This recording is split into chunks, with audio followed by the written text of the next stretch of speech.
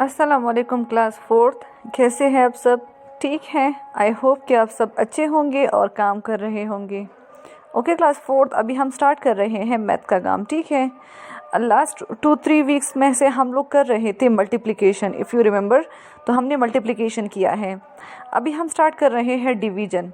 और डिवीज़न में हम लोग क्या करेंगे? डिवीज़न में हम लोग पहले आज की वीडियो में मैं आपको सिर्फ समझाऊंगी डिवीज़न का मेथड। ठीक है, हम कोई बुक का काम नहीं करेंगे। मैं सिर्फ आपको डिवीज़न का तरीक़ा समझाऊंगी और आपको कुछ क्वेश्चंस दूंगी प्रैक्टिस के लिए। आप लोगों ने फिर करना क्या है, आप लोगों ने इसकी प्रैक्टिस करनी है अच्छे से। और जब आप लोगों को ठीक से समझ आ जाए तो फिर नेक्स्ट वीक वो जो बुक में हमारे पास काम है डिवीज़न का, वो फिर हम उस हफ्ते करेंगे। ठीक है, इस हफ्ते मैं आपको सिर्फ मेथड समझा रही हूँ और कुछ क्वेश्चंस आपको दे रही हूँ प्रैक्टिस के लिए, जिसको आपने प्रैक्टिस करना है। ठीक है, सो सारे मेरे साथ रहें ताकि आप लोगों को अच्छे से समझ आ जाए। ओके क्लास, सो जैसे मैंने आपको कहा तो अभी हम स्टार्ट कर रहे हैं डिवीज़न। इस हफ्ते मैं क्या करूँगी, इस हफ्ते मैं थोड़ा सा आपको डिवीज़न का रिवीजन करवाऊँगी और सिंगल डिजिट पे कुछ क्वेश्चन सॉल्व करूँगी, कुछ आप लोगों को होमवर्क में दूँगी। अभी इस वीक हम बुक का काम नहीं करेंगे। ठीक है, इस वीक आप लोगों ने सिर्फ प्रैक्टिस करनी है डिवीज़न, ताकि आप लोगों को प्रैक्टिस हो जाए।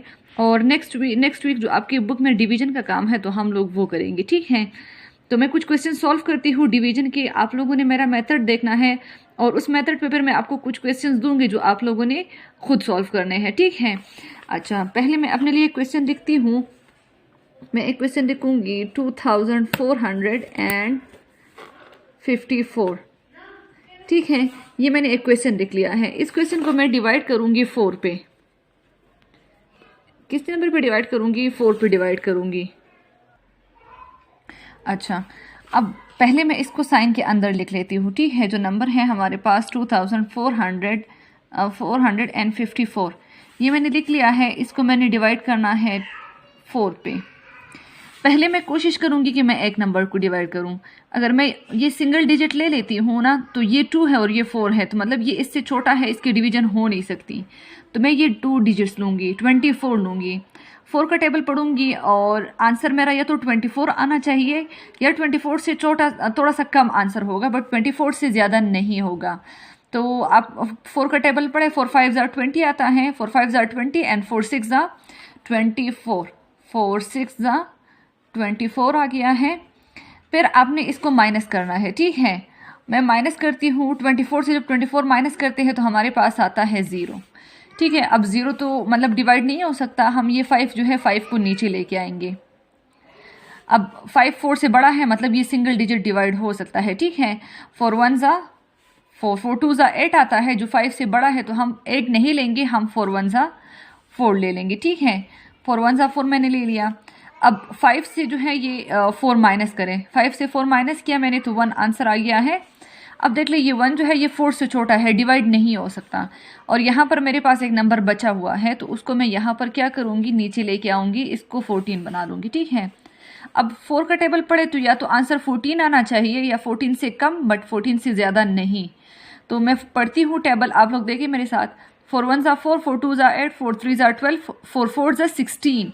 16 जो है वो 14 से बड़ा हो रहा है, तो हम 4 4 ज़ा 16 नहीं लेंगे, हम 4 3 ज़ा 12 ले लेंगे। ठीक है, 4 3 ज़ा 12। 14 से 12 माइनस करेंगे तो हमारे पास आता है आंसर 2। अब ये जो हमारे पास आंसर है, this is we will called it quotient. ये हमारे साथ कोशेंट हो गया।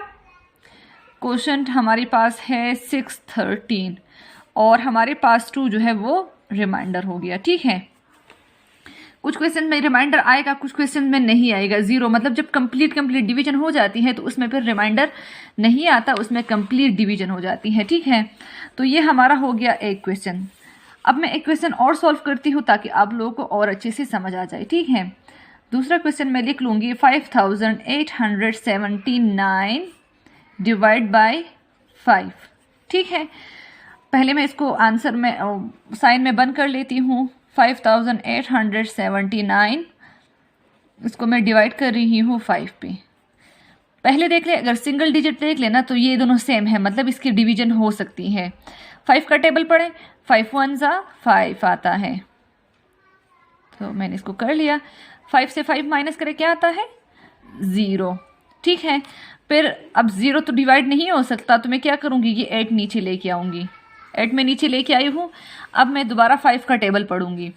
5 1 ज़ा 5, 5 2 ज़ा 10, तो 10 तो 8 से बड़ा हो गया, मैं वो नहीं लूँगी, मैं अगेन ले लूँगी 5 1 ज़ा 5।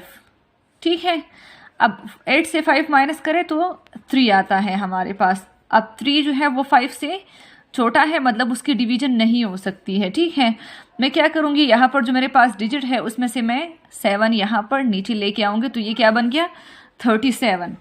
ठीक है, अब अगेन 5 का टेबल पढ़े तो 5 6 ज़ा 30 एंड 5 7 ज़ा 35, 5 7 ज़ा 35 एंड 5 8 ज़ा 40। तो 5 8 ज़ा 40 तो हम नहीं लिख सकते, हम लिखेंगे 5 7 ज़ा 35। ठीक है बच्चे, अब देख लें, 37 से 35 माइनस करें तो हमारे पास आता है 2। अब 2 तो 5 से छोटा हो गया, फिर नहीं डिवाइड हो सकता, बट यहाँ पर 9 है मेरे साथ ना, तो वो 9 को मैंने क्या किया है, उसको मैं यहाँ पर नीचे लेके आऊँगी, इसको बना लूँगी 29। अब मैं फिर से 5 का टेबल पढ़ूँगी। 5 5 ज़ा 25 एंड 5 6 ज़ा 30, तो 5 6 ज़ा 30 तो 29 से बड़ा हो गया, उसको तो मैं ले नहीं सकती, तो मैं ले लूँगी 5 5 ज़ा 25। सॉरी, मैंने 24 लिख लिया, ये है 25। 5 5 ज़ा 25।